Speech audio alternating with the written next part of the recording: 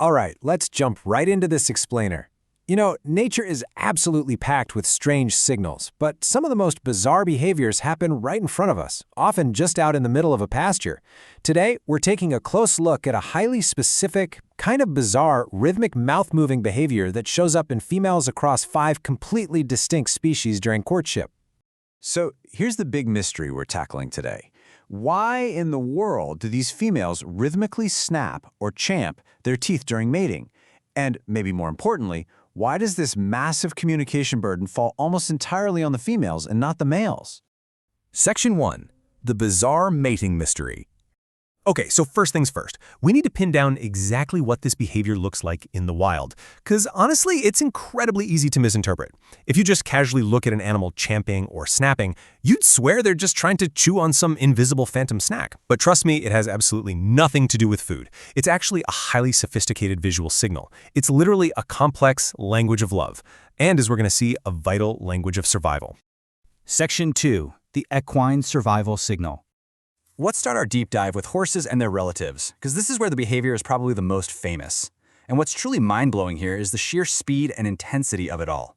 So rhythmic jawing is generally considered totally abnormal in adult domestic horses. You usually only see it in submissive little foals. But researchers actually documented a 24-year-old mare in heat who rapidly snapped her mouth up to 80 times a minute when a stallion approached. Just imagine that rapid-fire movement for a second. It's intense. So why the sudden frenzy? Well, it's a textbook example of what biologists call the approach-avoidance conflict. Basically, the mare snaps her teeth to overtly signal her subordination. It's this wild paradox where she's sexually attracted to the male, but at the exact same time, she's completely terrified of his massive size and dominance. This snapping, it's literally a physical manifestation of that extreme psychological tension. Now, while this is kind of a rare quirk in your average adult domestic horse, it is a completely different story for their wild cousins.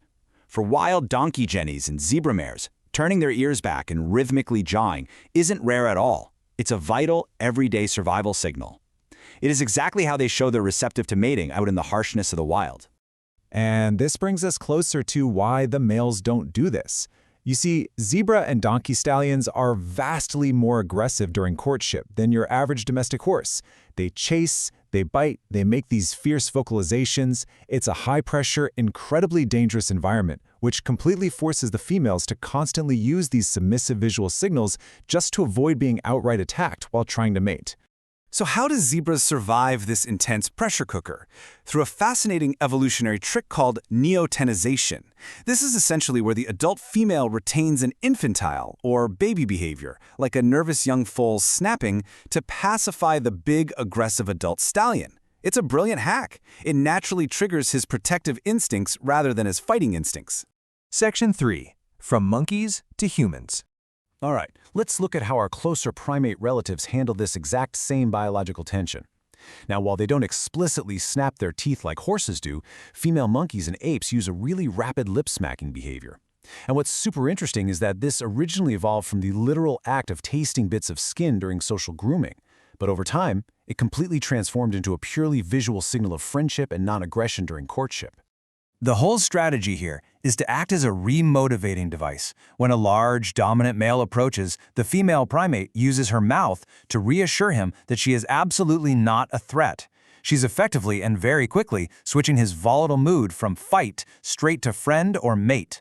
Bringing this mystery a little closer to home, zoologist Desmond Morris pointed out in his famous work, The Naked Ape, that humans actually fit right into this exact same pattern. We exhibit really intense rhythmic mouth movements, gasping and grunting during sexual arousal and climax. So while we might not have the rigid, panicked mating face of a zebra, well, most of us don't anyway, the rhythmic biological underpinnings are surprisingly similar. And human biology puts a really fascinating twist on this whole concept. Because humans have uniquely averted or inside-out lips, our rhythmic precopulatory kissing and tongue movements become incredibly powerful visual and tactile pair bonding signals. It's basically our own evolutionary spin on this ancient rhythmic mouth communication. Section 4. Why only the females?